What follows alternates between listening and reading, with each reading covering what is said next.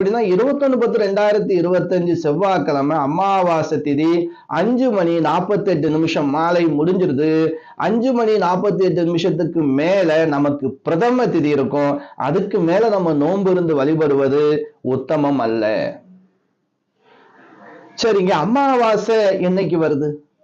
அமாவாசை விரதம் இருந்து முன்னோர்களுக்கு இலை போதக்கூடிய நேரத்தையும் சொல்லுங்க அப்படின்னு அன்பு உறவுகள் கேட்டிருக்காங்க. 21/10/2025 தாங்க நம்ம வீட்டுல முன்னோர்களுக்காக வழிபடக்கூடிய நாள். இது செவ்வாய்க்கிழமை நமக்கு வந்திருக்கு.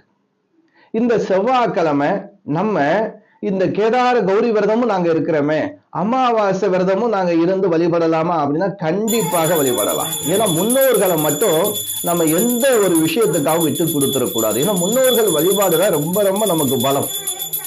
அதன் பிறகுதான் மற்ற வழிபாடு. அதனால